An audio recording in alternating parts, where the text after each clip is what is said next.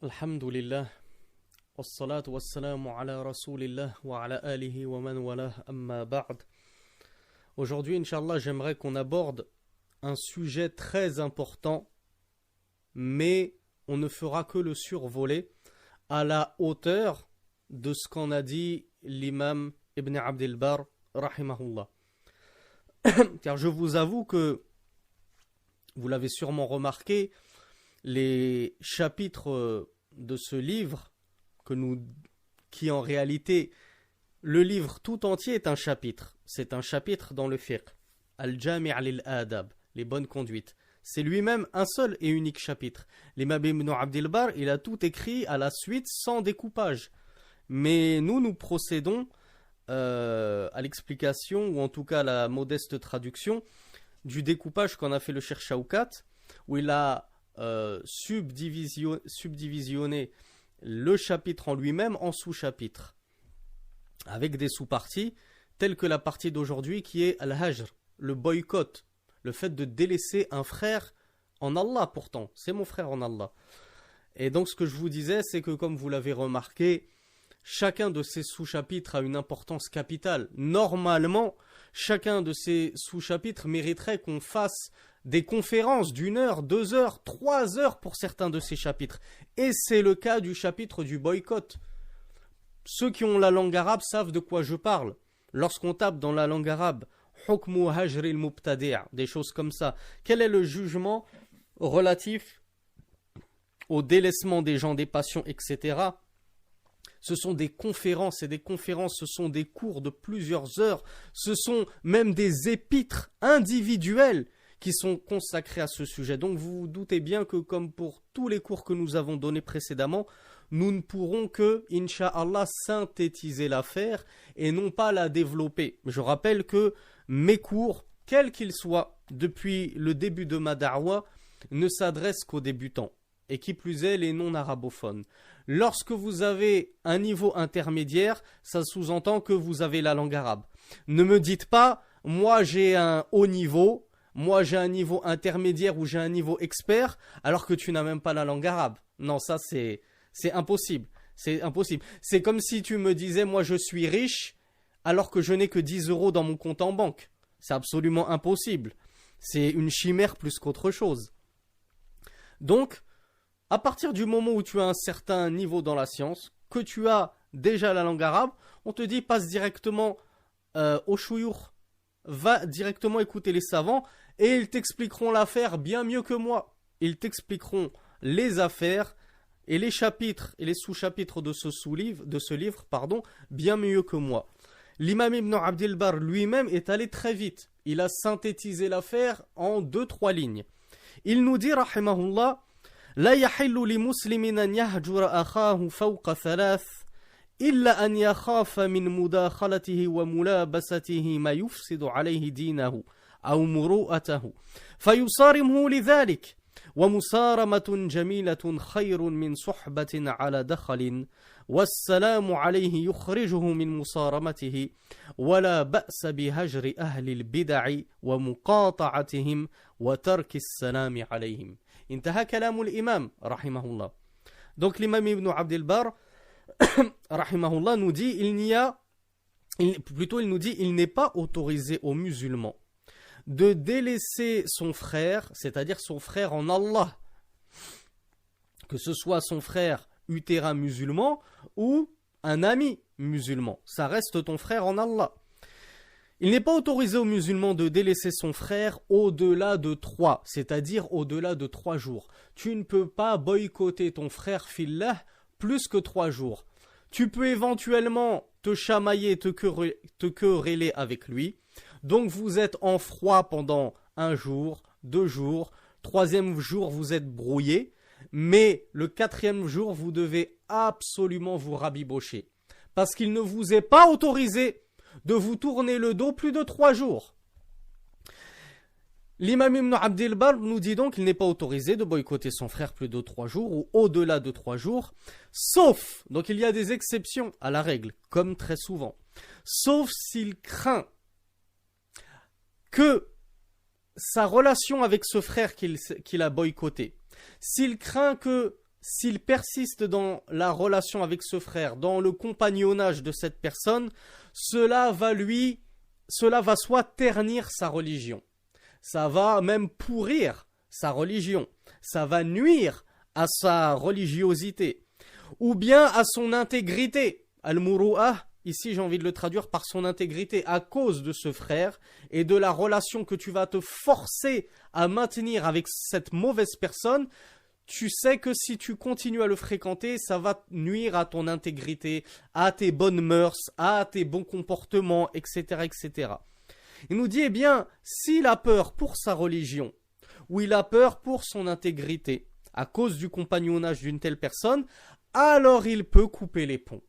Alors il peut couper les ponts pour cette raison licite et légitime, qui est que tu crains pour ta religion, ou tu crains pour ton intégrité. Et l'imam Ibn Abd al-Barr nous dit d'ailleurs et le fait d'en rester là avec une personne et de couper les ponts avec une personne d'une belle façon, c'est-à-dire qu'on coupe les ponts de manière correcte. C'est pas on coupe les ponts après s'être insulté et invectivé et avoir et avoir détruit l'honneur de la personne, humilié la personne, etc. Non, il nous dit une belle coupure, une coupure propre, un boycott propre, un beau boycott. Il nous dit cela est meilleur qu'une mauvaise compagnie, qu'une compagnie qui ne t'apporte que du tort dans ta religion ou dans ton intégrité. Et l'imam Ibn Abd al-Barr nous dit et si le salam fait sortir de ce boycott, c'est-à-dire que si tu décides de boycotter une personne, et on va voir pour quelle raison il est judicieux de boycotter une personne, si tu décides pour une raison ou une autre de déboycotter, d'arrêter de tourner le dos à cette personne et de te rabibocher avec lui, il nous dit passe-lui le salam. Le fait de lui passer le salam, c'est comme si tu t'étais désengagé du boycott. Mais si tu le boycottes, tu ne lui passes pas le salam. Sinon, lui, il ne va plus savoir sur quel pied danser. Un jour, il ne veut plus m'adresser la parole. Le lendemain, il me passe le salam. Le surlendemain, il ne me adresse plus la parole. Donc, soit tu fais les choses jusqu'au bout, soit tu ne les fais pas. Donc, l'imam Ibn Abd al-Barr nous dit le fait de le saluer, de lui passer le salam, ça te désengage du boycott. Et il nous dit une parole très importante, que les débutants ont beaucoup de mal à comprendre, à assimiler. Ils ont un mal fou, et quand je vous dis ça, c'est parce que je suis passé par cette étape moi-même.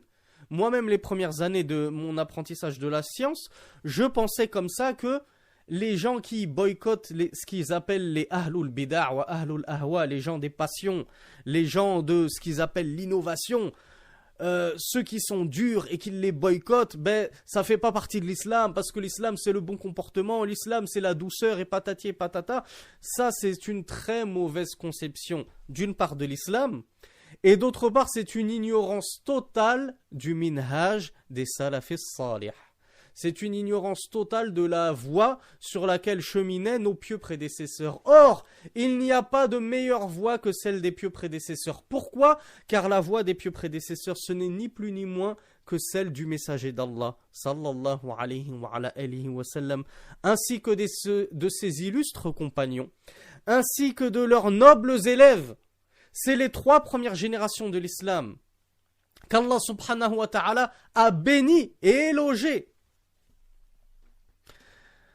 Donc l'imam Ibn Abd al-Barr nous dit, et ouvrez grand vos oreilles, regardez à quel point ce ne sont pas les imams rigoristes des derniers siècles de l'islam, Za'ama, qui ont inventé ce principe de boycott, d'abandonner son frère parce qu'il est tombé dans une bid'a ou je ne sais quoi. L'imam Ibn Abd al-Barr, d'accord, souvenez-vous, qui a existé durant tout le 5e siècle de l'Hégire, il nous dit... Et il n'y a aucun mal à procéder au boycott des gens des passions et les délaisser. Muqata'atuhum. Al-muqata'a, c'est le fait de couper tout lien avec eux. Donc les délaisser totalement. Wa tarki salami alayhim. Même le salam. Il faut être dur à ce point, jusqu'au point de même pas leur passer le salam. Oui. l'imam Ibn Abd al-Barr nous dit il n'y a aucun mal, aucun grief, aucun inconvénient à même délaisser le salam aux gens de la bid'a. Et même si lui il te passe le salam, exceptionnellement tu as le droit de ne pas lui rendre le salam. Pourquoi ? Parce que tu es dans une situation de boycott. Tu veux lui montrer que tu le boycottes. Et c'est pour son bien ou pour ton bien, comme on va le voir. Donc ainsi se terminent les propos du Cheikh Ibn Abd al-Barr. Donc tout ça pour montrer à mes frères et sœurs débutants que ne pensez pas, n'ayez pas cette mauvaise conception que le boycott, le hajr, le délaissement de certains frères, de certaines sœurs, c'est une nouvelle mode salafi 3.1 qui n'existait pas à l'époque, etc. Comme je vous l'ai narré à la toute fin de mon tout dernier cours de Al-Aqida Al-Tahawiyya, au sujet de l'imposteur Tariq Abou Nour, qui a menti éhontément sur tous les salafs, et à leur tête l'imam Malik, en prétendant qu'à l'époque des salafs, ça n'existait pas, ces interjections « anta mubtadi', toi tu es un innovateur », etc., etc. Je vous renvoie à ce dernier cours de la Aqida Al-Tahawiyya. Donc on va expliquer, Inch'Allah, succinctement et de manière synthétique, les propos de l'imam Ibn Abd al-Barr. Donc il nous a dit « La yahillu li muslimin an yahjura akhahu fawqa thalath » Il n'est pas autorisé à un musulman de délaisser, de se détourner, de boycotter son frère, donc on a dit c'est son frère en islam, plus de 3 jours. Il nous dit huwa nassu hadith Abi Ayyub, donc là c'est les propos de Cheikh Shawkat qui nous dit huwa nassu hadith Abi Ayyub al-Ansari radiyallahu anhu قال رسول الله صلى الله عليه وعلى آله وسلم لا يحل لرجل أن يهجر أخاه فوق 3 ليال يلتقيان فيعرض هذا ويعرض هذا وخيرهما الذي يبدأ بالسلام والحديث متفق عليه أخرجه الإمام البخاري ومسلم. Donc Abu Ayyub al-Ansari radiyallahu anhu nous rapporte que le messager d'Allah sallallahu alayhi wa sallam a dit il n'est pas autorisé à un homme de délaisser son frère au-delà de 3 nuits. Alors, ne jouez pas sur les mots, les Arabes utilisaient souvent le mot nuit pour désigner ce que nous, en français, on appelle jour. Nous, on dit il a travaillé 3 jours ou il est parti en vacances 3 jours. Les Arabes, eux, ils vont te dire il est parti en vacances 3 nuits. Ceci équivaut à cela. Hein. Il n'y a pas de, ce n'est pas pour une subtilité précise qu'on employait nuit. Non, quand vous lisez nuit, ça peut vouloir dire jour. Donc il n'est pas autorisé à un musulman de délaisser son frère au-delà de 3 jours. Ils se rencontrent tous les deux et celui-ci se détourne de celui-là et celui-là se détourne de celui-ci. Et le meilleur d'entre les deux est celui qui va passer le salam en premier. Donc tu es embrouillé avec ton frère. Vous ne vous adressez plus la parole pendant 1 jour. Admettons. 2 jours. Admettons. 3 jours. Admettons, mais ça doit être le dernier délai. Le gong a sonné, le glas a sonné, le délai imparti est arrivé à son terme. Donc au-delà des 3 jours, vous devez vous rabibocher. Qui commence le premier? Eh bien, ce sera le meilleur d'entre vous deux qui aura commencé. Car c'est Rasulullah qui te dit et qui nous dit, le meilleur d'entre ces 2 personnes, ce sera celui qui fera le premier pas. Ce sera celui qui commencera par le salam pour enterrer la hache de guerre. Et le hadith est unanimement authentique rapporté par Bukhari et Muslim. Cheikh Shawkat nous dit فهذا تحذير من هجر المسلم لأخيه من غير عذر شرعي مسوغ أما الهجر للأسباب الشرعية فمسوغ وله صور وأحكام. Donc le Cheikh Shawkat nous dit ceci est une menace à l'encontre du boycott du musulman ou à l'encontre du boycott d'un musulman envers son frère musulman, ceci sans raison légale, sans raison légiférée. Donc on l'a dit très brièvement en début de cours, il y a des raisons qui poussent au boycott, qui vont même jusqu'à exiger et imposer le boycott. Donc ne pensez pas que le boycott c'est tout le temps quelque chose de blâmable et réprouvable, etc. et que ça n'a rien à voir en islam. Non, non seulement le boycott a toute sa place en islam, mais parfois même il est nécessaire. parfois même il est nécessaire et obligatoire. C'est pour ça que Cheikh Shawkat nous dit, il n'est pas autorisé de boycotter son frère musulman sans excuse légale valable. Mais si tu as une excuse valable et légale, alors il n'y a nul grief contre toi, ce que tu boycottes ton frère. Il nous dit donc, quant au boycott pour des causes shar'iyya, des causes légiférées, famasourun, alors il est tout à fait permis, walahu suwarun wa ahkam, et ce boycott va prendre divers façons de s'opérer. Et il y aura divers jugements qui découleront de cela, c'est-à-dire que il y aura un boycott qui sera permis, il y aura un boycott qui sera mustahab, recommandé, et il y aura carrément un boycott qui sera wajib, obligatoire. والهجر له مقاصد شرع لأجلها منها ما يعود إلى الهاجر ومنها ما يعود إلى المهجور وإذا خلا من هذه المقاصد والعلل فلا فائدة فيه والقصد من الهجر الزجر والرجوع إلى الحق فمتى خلا من ذلك فالأفضل ترك الهجر. Là on a une petite règle. On l'a dit, hein, on va survoler le sujet aussi rapidement que ne l'a survolé l'imam Ibn Abd al-Barr, car ce sujet demande vraiment d'être étudié en profondeur. Et ce n'est pas le but de cette silsila. Ce n'est pas le but de cette playlist de prendre chaque sujet et de les détailler. Sinon, on ne s'en sort plus. Et sinon, on fait des vidéos de 2-3 heures et je vais être tout seul devant mon écran. Personne ne sera en face pour écouter. Donc, aucun profit ni pour moi, ni pour vous.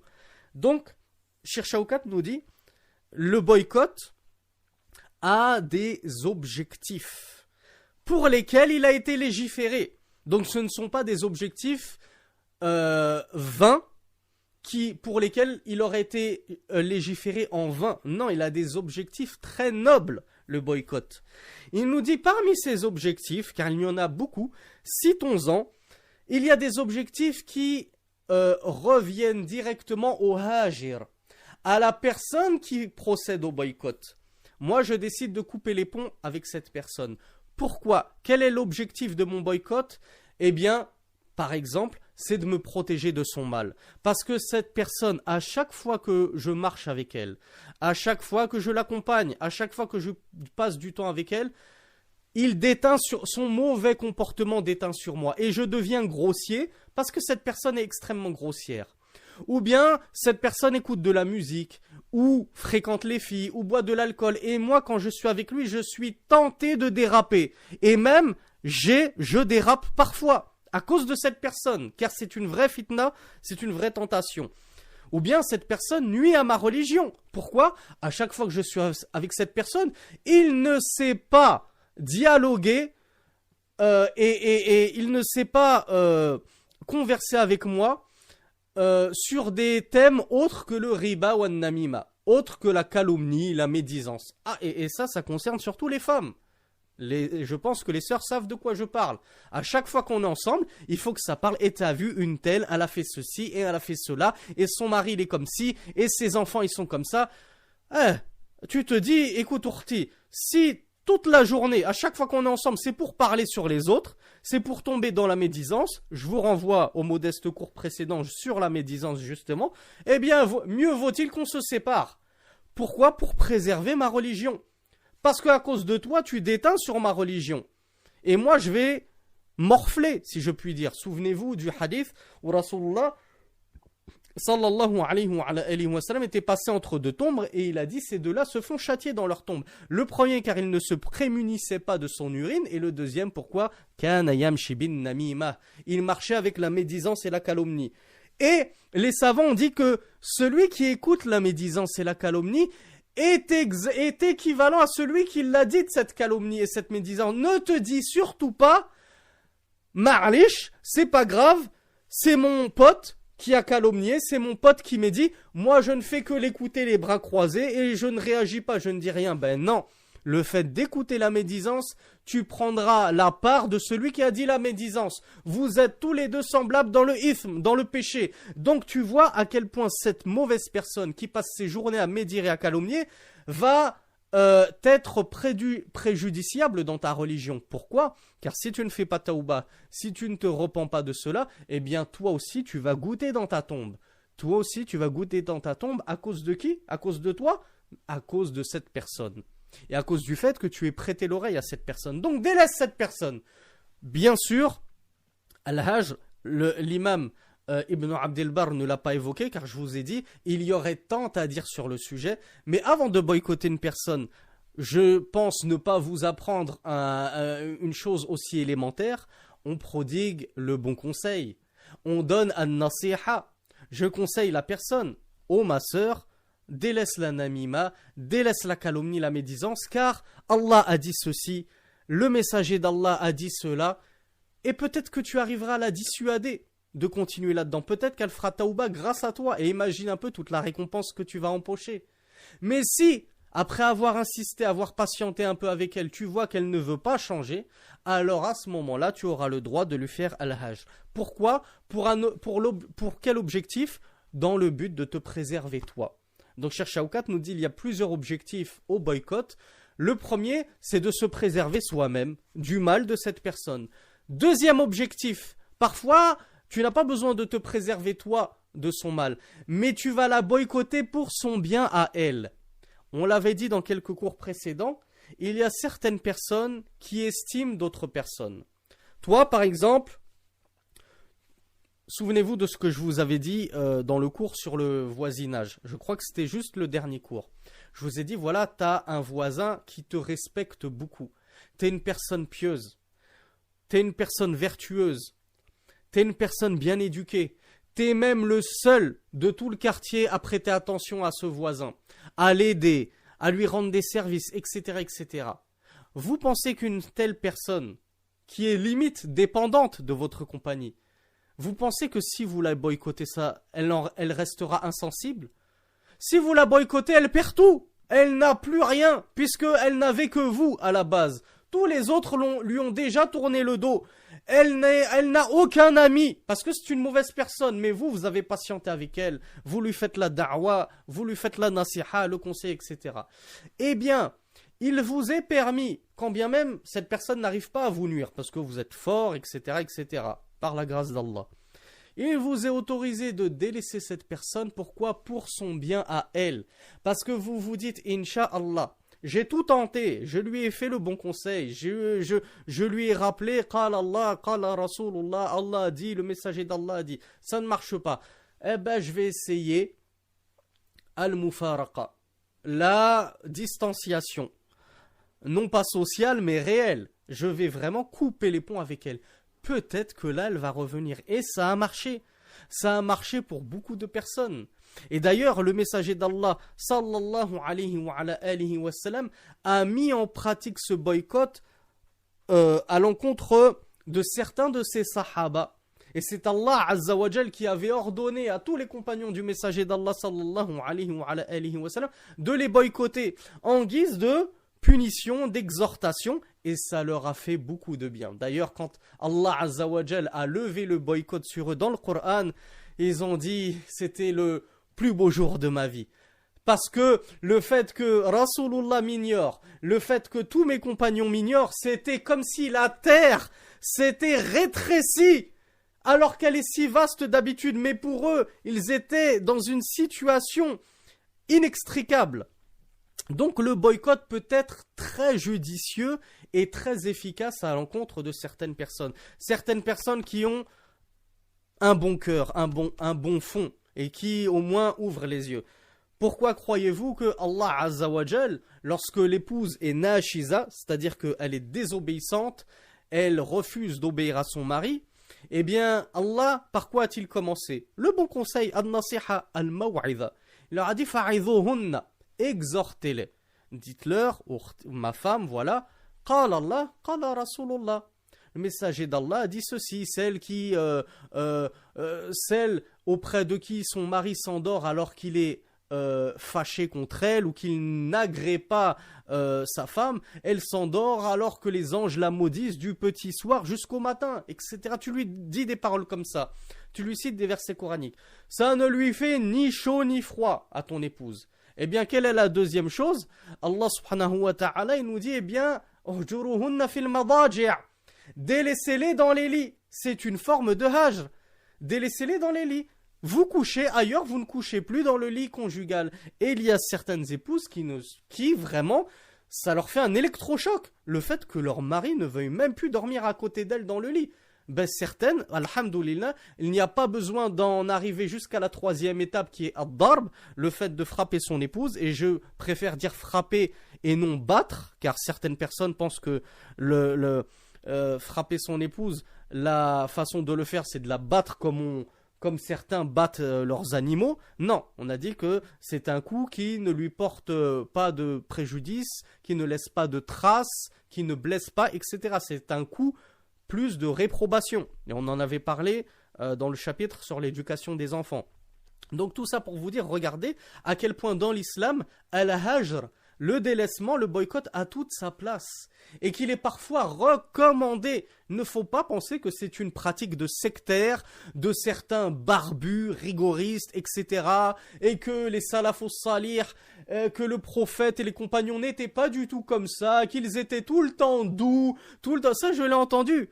Combien de commentaires ne lis-je pas sur Facebook ou sur d'autres réseaux sociaux où qu'on m'envoie on essaye de me donner le conseil à moi et avec grand plaisir. J'accepte le conseil avec grand plaisir, mais quand il repose sur des dalils tangibles, quand il repose sur des choses vraies. Mais si c'est pour venir me voir ou venir voir d'autres frères en leur disant « Ouais, Akhi, t'es trop dur » et le messager d'Allah, il n'était pas dur, il était doux, il était tout le temps doux, il n'était pas comme s'il n'était pas comme ça. Mais hatu burhanakum, d'où tenez-vous cela? Est-ce qu'une seule fois dans votre vie, vous avez étudié As-Sira Nabawiyya? Vous avez étudié la biographie du prophète pour vous permettre de dire que le prophète était ainsi et ainsi? D'où tenez-vous cela? Et on est capable, bi'idhnillah, de vous rapporter des pages et des pages sur Ghadabun Nabi, sallallahu alayhi wa sallam, la colère du messager d'Allah. Parfois, il savait se mettre en colère et il savait se montrer dur envers certaines personnes qui méritaient la dureté parce que la douceur ne faisait aucun effet. Et il savait que ces gens-là ne méritaient que la dureté et non pas la douceur. Et ainsi étaient les compagnons et les salafos salih, les pieux prédécesseurs. Ils avaient ils étaient d'un naturel conciliant, doux, mais parfois il arrive des situations où la douceur ne sert plus à rien, où la douceur ne porte pas ses fruits, et alors il faut savoir faire preuve de fermeté et de dureté. Donc la fermeté et la dureté a parfois sa place dans la religion. On ne dit pas qu'elle a tout le temps et en tout lieu sa place dans la religion, puisque ce serait plutôt le contraire qui serait vrai. C'est plutôt la douceur qui a souvent sa place dans la religion, mais de là à essayer de combattre un extrémisme, c'est-à-dire l'extrême rigueur de certaines personnes, en tombant soi-même dans un extrême laxisme que j'aime appeler l'islam bisounours, hein, l'islam bisounours de ceux qui voient tout le temps la vie en rose et qu'il ne faut pas être méchant et qu'il ne faut pas faire ci. Non, il y a un juste milieu. Il y a un juste milieu. Et pour savoir comment se situer sur ce juste milieu et quand adopter tel comportement et tel comportement, ben, il faut étudier, tout simplement. Il faut étudier. Et moi, il me reste très modestement encore beaucoup à étudier. D'ailleurs, et je pense très modestement qu'il me reste 99,99% du ilm de la science à étudier. Je n'ai étudié que 0,01% de la science. Donc imaginez-vous des frères qui eux n'ont même pas la langue arabe et qui viennent s'improviser, conseiller, ouais, Akhi, t'es trop dur, ouais, Akhi, le prophète, il était pas comme ci, ouais, Akhi, ceci et cela, c'est pas comme ça qu'il faut faire, c'est pas comme ça qu'on fait la da'wa. Que pouvons-nous répondre à ces frères si ce n'est hadakumullah wa iyana, qu'Allah vous guide, ainsi que nous, à la bonne compréhension de la religion. Donc l'imam Shawkat nous a donc dit, il y a plusieurs sagesses au boycott, plusieurs objectifs. L'un des objectifs, c'est de se protéger soi. Deuxième objectif, c'est dissuader la mauvaise personne de continuer dans son mal. Peut-être que le boycott va porter ses fruits avec elle et va la dissuader de continuer. Et il nous dit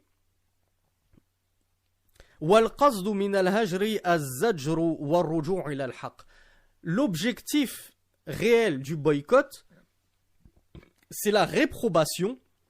C'est exprimer sa réprobation. Hein, on ne boycotte pas quelqu'un si on n'a rien si on n'a pas de blâme à lui faire, et si on n'a rien de sa pratique ou de son comportement ou de sa croyance à réprouver, s'il est nickel, pourquoi on va lui faire le boycott? Souvenez-vous de ce qu'il a dit au tout début. Il n'est pas autorisé de boycotter son frère sans raison légitime, sans raison légiférée. Donc si ton frère il est nickel avec toi, comportement irréprochable et tout, pourquoi tu vas le boycotter? Puisque le boycott, justement, il est là pour exprimer ta réprobation, exprimer ta désapprobation.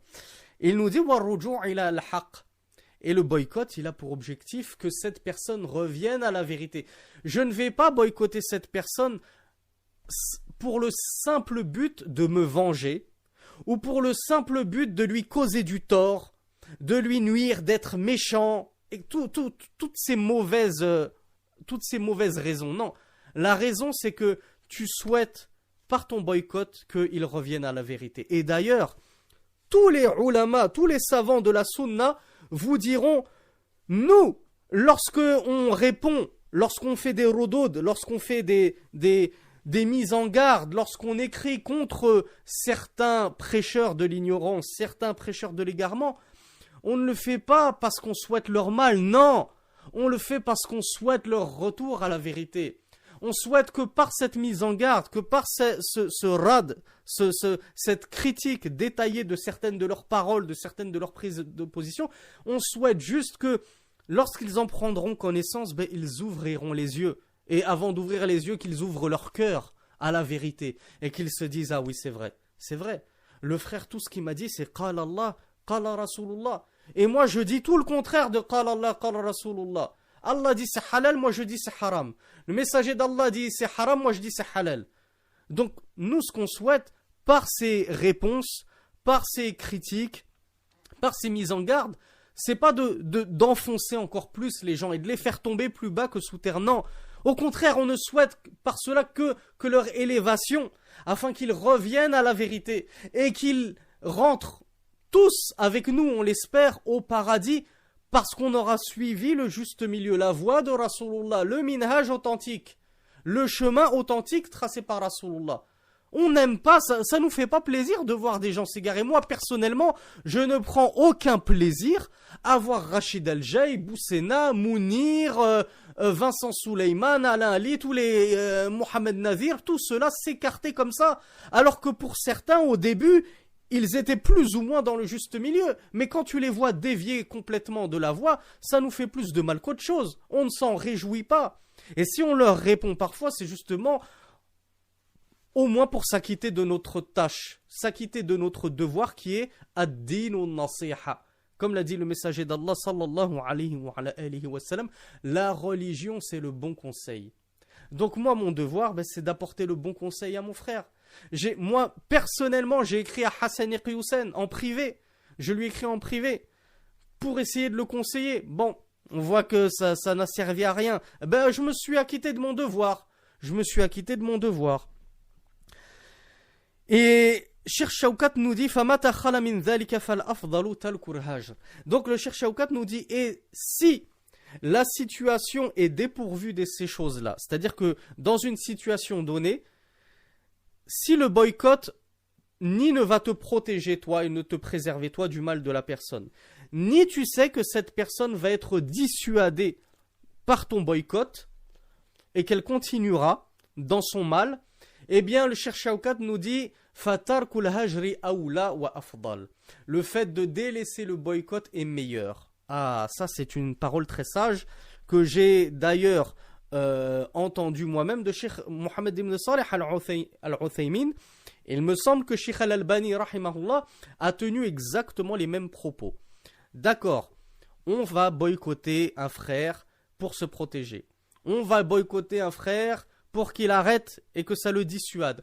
Mais parfois, et c'est ce que justement les savants que j'ai cités estimaient être le cas en ces temps-ci, c'est qu'ils nous disent que on a l'impression que malheureusement le boycott ne fait plus tressaillir les cœurs, qu'il n'éveille plus les consciences, et que le boycott finalement est plus préjudiciable à la personne boycottée qu'autre chose.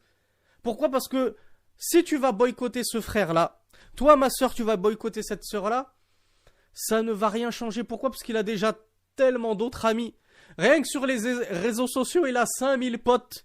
Elle a 5000 followers, elle a 5000 abonnés. Un pote de moins, un ami de moins ou de plus, ça ne va rien changer à sa vie. Mais, qu'est-ce que ça va changer dans sa vie? C'est qu'elle va perdre un conseiller précieux en ta personne. Si toi, tu lui fais le hajr, si toi, tu la boycottes, qui est-ce qui va l'appeler à Allah? Qui est-ce qui va lui éclairer le chemin? Alors que tous les autres sont complètement dans l'égarement, tous les autres ne font que l'enfoncer et la soutenir et la motiver et l'encourager dans la voie de la perdition. Si toi tu te détournes d'elle, qui est-ce qui lui restera pour l'appeler au bon comportement, pour l'appeler à la saine croyance, pour l'appeler au minhaj authentique? Quasiment plus personne. Donc c'est pour ça que les savants ont dit, si tu sais que ton boycott ne va pas porter de fruits, ni pour toi, ni pour la personne, eh bien, il vaut mieux ne pas le boycotter. Continue à sabr, continue à patienter, continue à endurer, et peut-être, qui sait, qu'au bout de plusieurs années, cette personne reviendra. Grâce à qui? Grâce à Allah en tout premier lieu, puis par ta cause, par ton sabab. Donc, les savants nous disent, souvent, et à notre époque, on vit plus en des temps de sabr que de hajr. On est plus à une époque où on doit privilégier et prioriser la patience et l'endurance au délaissement et au boycott. Cheikh Rabi' al-Madkhali. Ah, qui est Cheikh Rabi' al-Madkhali? Tout le monde s'imagine que Cheikh Rabi' al-Madkhali, c'est l'imam de la mise en garde. Ya subhanallah, comme c'est réducteur. C'est comme ceux qui disent Cheikh Al-Albani c'était juste un bouquineur ou un liseur de hadith. Comme c'est réducteur. Quel jugement injuste et inique, subhanallah. Alors que ce sont des montagnes de science. Et Cheikh Rabi' al-Madkhali, s'il n'est connu chez toi que pour la mise en garde, c'est parce que tu ne le connais pas. Tu n'as même pas essayé si on te dit, quel ouvrage a-t-il écrit? Quel ouvrage a-t-il écrit, Cheikh Rabi' al-Madkhali? Tu seras incapable de citer juste un livre. Pourquoi? Parce que tu ne le connais pas, tu ne connais rien à lui. Tu connais juste ce qu'on te rapporte. Ah, lui, c'est un tel, il a dit que c'était l'imam Kung Fu. Vous voyez? Même des pseudo-prédicateurs se permettent de le qualifier d'imam Kung Fu. Ça va très très loin et ce sont des paroles très très graves. Et la chair des savants est empoisonnée. Que vous commettiez du riba, de la namima, de la médisance et de la calomnie sur un musulman de la masse, c'est déjà très très grave. Mais s'il s'avère qu'en plus ce musulman c'est un alim, c'est un savant, alors là c'est triplement, quadruplement grave. C'est infiniment plus grave. Pourquoi je parle de Cheikh Rabi' al-Madkhali, qui est l'un des plus grands savants de la sunna à notre époque, toujours vivant, qu'Allah nous le préserve et nous fasse continuer de bénéficier de sa science. Rabi' al-Madkhali, hafidhahullah, qui est lui-même muhaddith, hein, on dit toujours mise en garde, il connaît que le minhaj, il connaît que l'aqida. À la base, Cheikh Rabi' c'est un muhaddith, comme Cheikh al-Albani. Quand je dis comme, ça ne veut pas dire qu'il est au même niveau dans la science du hadith, mais de la même façon que Cheikh Al-Albani s'est illustré dans la science du hadith, Cheikh Rabi' est un très grand muhaddith lui-même, hafidhahullah. Pour vous dire à quel point les gens ne le connaissent absolument pas. Cheikh Rabi' al-Madkhali, il a infiltré les Ikhwan al-Muslimin avec un noble objectif. Il s'est dit, je vais réussir à les guider, à les ramener sur la sunna. Vous savez combien de temps il a passé chez les Ikhwan al-Muslimin pour essayer de les conseiller et de les faire revenir à la vérité? Il a patienté 10 ans. De sa bouche, on l'entend. De sa bouche, lui-même a dit, j'ai patienté 10 ans chez les Ikhwan al-Muslimin. De nos jours, toi, Akhi Ali, toi, Akhi Lahbib, toi, Akhi Hisham, tu patientes 2 jours sur le frère Yahya. Tu patientes 3 jours sur le frère Julien. Tu patientes, vas-y, 2 mois, 3 mois. Pour les plus téméraires d'entre nous, on patiente 6 mois. Je vous dis la vérité, moi-même, j'ai patienté sur un frère qui prétend ne pas être prédicateur, mais qui, dans ses agissements, se comporte comme un prédicateur, j'ai patienté 1 an et demi avec lui. Jusqu'à finir par faire un boycott parce que je voyais que mes conseils en privé ne portaient plus leurs fruits. Mais qu'est-ce que c'est 1 an et demi comparé à 10 ans? Donc, à nous de savoir, à nous de prendre conscience que réellement il faut savoir patienter et endurer et ne pas baisser les bras trop vite, ne pas abandonner trop vite. Parce que sache que la récompense qui t'attend pour la guider d'une personne par ton sabbat, par ton intermédiaire, comme l'a dit le messager d'Allah sallallahu alayhi wa sallam le jour de Khaybar à Ali ibn Abi Talib, il lui a dit si Allah azza wa jal, qu'Allah azza wa jal guide par ta cause une personne, cela te sera meilleur que de posséder toutes les chamelles rousses, que de posséder un troupeau de chamelles rousses. Et les chamelles rousses à l'époque, un troupeau de chamelles rousses à l'époque, c'est un garage de Lamborghini d'aujourd'hui, d'accord? Donc imaginez-vous la richesse qui vous attend au paradis, Inch'Allah, si vous êtes la cause de la guidée d'une personne. Et il y a beaucoup de frères qui pensent que cette cause de guider, c'est-à-dire la guider à l'islam, faire sortir les gens du koufr et de la mécréance à l'islam. Donc ils vont se jeter corps et âme dans ce qu'on appelle les débats interreligieux. Et combien de frères ne se sont pas cassés les dents? Combien de frères ne se sont pas cassés les dents car ils se sont engagés dans une voie qu'ils ne maîtrisent pas, dont ils ont très peu de science. La plupart de ces frères que je connais et qui font fureur sur YouTube et les réseaux sociaux ne maîtrisent même pas la langue arabe. Donc ne comprennent pas et ne connaissent pas Al-Qur'an. Et ils s'improvisent conférenciers interreligieux à discuter de la Bible, vs le Coran, etc. Jusqu'à ce que certains glissent tellement à cause de leur manque de science, parce que comme je le dis toujours, plutôt comme les savants le disent, celui qui va se mettre en avant l'heure de sa qualification et de son aptitude à se mettre en avant, parce qu'il a reçu des tazkiyas, parce qu'il a eu un diplôme, il est allé jusqu'au bout de ses études, les savants lui ont dit c'est bon, on estime que tu es prêt pour commencer à faire la da'wa, mais ne dépasse pas ton niveau. Les savants vous le diront toujours, fais la da'wa selon ta capacité, n'outrepasse pas tes capacités, ton niveau. Mais les frères refusent d'attendre cela. Les frères, moi je suis en première année de Médine, allez hop, tac tac, j'ouvre une page YouTube, j'ouvre une page Facebook et je fais da'wa tranquille. J'ai qu'une année à Médine, mais c'est pas grave, je fais da'wa. C'est très dangereux. On ne te dit pas que c'est interdit. Tant que tu fais da'wa à ton modeste niveau, que tu apprends à un frère comment faire ses ablutions, parce que tu l'as appris toi-même des chouyours, il n'y a pas de souci. Le problème c'est que combien d'entre nous savons rester à notre humble niveau et savons dire, Allahu a'lam. Je ne sais pas, j'ignore la réponse à ta question. Mais non, maintenant on a des frères qui n'ont étudié nulle part, tac tac, confinement, j'ouvre ma page Facebook, j'ouvre ma page YouTube et je fais des questions-réponses. Allez hop, posez-moi toutes vos questions, j'y réponds en direct live. Moi, je suis stupéfait. Je suis décontenancé parce que moi-même, je ne m'hasarderais même pas à faire ça. Vous voyez tous les livres qu'il y a derrière. Même avec tout ça, je ne m'hasarderais même pas à faire des questions-réponses en direct live. Moi, vous me posez une question, laissez-moi 3 jours pour regarder tout ce que les savants ont dit sur le sujet, histoire de ne pas vous égarer et m'égarer de la sorte. M'égarer moi le premier, en vous ayant donné une partie de la réponse, alors que j'ignorais qu'il y avait toute une autre partie. Peut-être même que je vous ai donné un avis super faible. Donc tout ça, pour vous dire que on vit dans une époque de grande ignorance. Et les frères et les sœurs ne savent plus à quel saint se vouer, si je peux me permettre l'expression, qui est du koufr pur et dur. Donc les frères et les sœurs ne savent plus à quel prédicateur se vouer, vers quel prêcheur se retourner.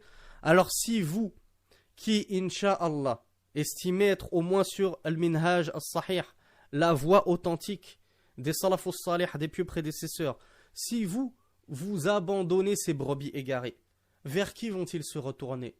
Si ce n'est vers ahlul ahwa wal bid'a, si ce n'est justement vers les gens des passions et de l'ignorance et de l'égarement.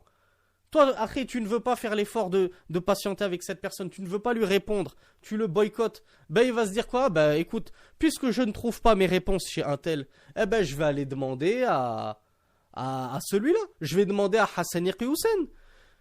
Même tout à l'heure, je suis tombé sur une vidéo de Basile Blandine. Mais c'est hallucinant. Je ne sais pas si vous êtes au courant, mais Basile Blandine est de ses propres aveux mécréant. Il n'a pas à embrasser l'islam. Il y a des gens qui lui posent des questions religieuses sur l'islam. Regardez où ça va. L'ignorance et l'égarement des frères et des sœurs. Ils ne savent tellement plus vers qui se tourner. Ils n'ont trouvé personne qu'un mécréant de ses aveux. De ses aveux. Moi, je n'espère qu'une chose, c'est qu'il embrasse l'islam, qu'il embrasse notre religion. Mais de ses aveux, il n'a pas embrassé l'islam. Et ils n'ont trouvé personne vers qui se référer en termes de questions religieuses que Basile Blandine. Donc mes frères, barakallahu fikum, patientez, faites la da'wa selon vos capacités, n'outrepassez pas votre niveau et tout ira bien, insha'Allah ta'ala, et vous en serez extrêmement récompensés pour cela. Et on termine donc par une parole de l'imam Ibn Abd al-Barr qu'il a dit, non pas dans ce livre-là, mais qu'il a dit dans At-Tamhid, qui est son explication du Muwatta de l'imam Malik. Il a dit Wala hijrata illa liman tarju ta'dibahu biha aw takhafu min sharrihi fi bid'atin aw ghayriha. Et fin de citation, et le Cheikh Shawkat nous dit Wahajrul mubtadi' matlabun shar'i wa qad fassala ahlul ilm fi dhalika. Donc lui-même nous fait comprendre que les savants ont beaucoup détaillé le sujet et on ne peut pas détailler ça en 45 minutes. Donc l'imam Ibn Abd al-Barr nous dit dans At-Tamhid, l'explication du Muwatta de l'imam Malik, et point de boycott, si ce n'est envers celui pour qui tu espères l'éducation à ta'dib, le fait de le corriger. Tu espères sa correction, sa rectitude. Donc tu espères qu'il va se rectifier, se corriger, revenir sur ses erreurs. Alors lui, d'accord, tu lui fais le boycott. L'imam Ibn Abd al-Barr nous dit donc, mais pas de boycott. Donc il vaut mieux ne pas faire le boycott, sauf pour celui envers qui tu espères la rectitude, la correction. Par ce boycott, tu penses que par ton boycott, tu vas le dissuader de continuer dans ses méfaits, ou bien que tu as peur de son mal, comme on l'a vu au tout début, tu as peur pour toi, parce que c'est un sahibu bid'a, c'est un grand innovateur, et tu as peur que, à force de le côtoyer, il va corrompre ta croyance, ta aqida, ton minhaj, ta voix, où il va t'engrainer dans ses bid'a et dans ses innovations, et tu vas finir karkari, Déobandi, Shi'i même, et tout ce que vous voulez. Et donc le Cheikh Shawkat conclut, et nous allons conclure là-dessus, le hajr, le boycott du mubtadi', de la personne innovatrice, c'est un matlabun shar'i. C'est quelque chose qui est nécessaire et recommandé religieusement. C'est pas de l'extrémisme, c'est pas de l'intégrisme, du salafisme, tous ces mots qui font peur à la plupart d'entre nous. Non, c'est une nécessité religieuse, le boycott des personnes innovatrices. Et certes, les savants ont détaillé le sujet, comme le dit Cheikh Shawkat, et je confirme, oui, les savants ont détaillé le sujet. N'ayez pas peur, ceci était juste un concis et une synthèse du sujet. Et Inch'Allah, quand on aura un minimum de niveau dans la science, quand on aura, je le répète, la langue arabe sans laquelle on ne peut pas avancer dans la religion, alors Inch'Allah, on creusera un peu. On ouvrira les portes et les fenêtres qui nous étaient totalement hermétiques et fermées jusqu'à l'acquisition de la langue arabe. Et là, on pourra profiter pleinement de tous ces cours. بارك الله لي ولكم سبحانك اللهم وبحمدك أشهد أن لا إله إلا أنت أستغفرك وأتوب إليك وأصلي وأسلم على نبينا محمد المبعوث رحمة للعالمين والحمد لله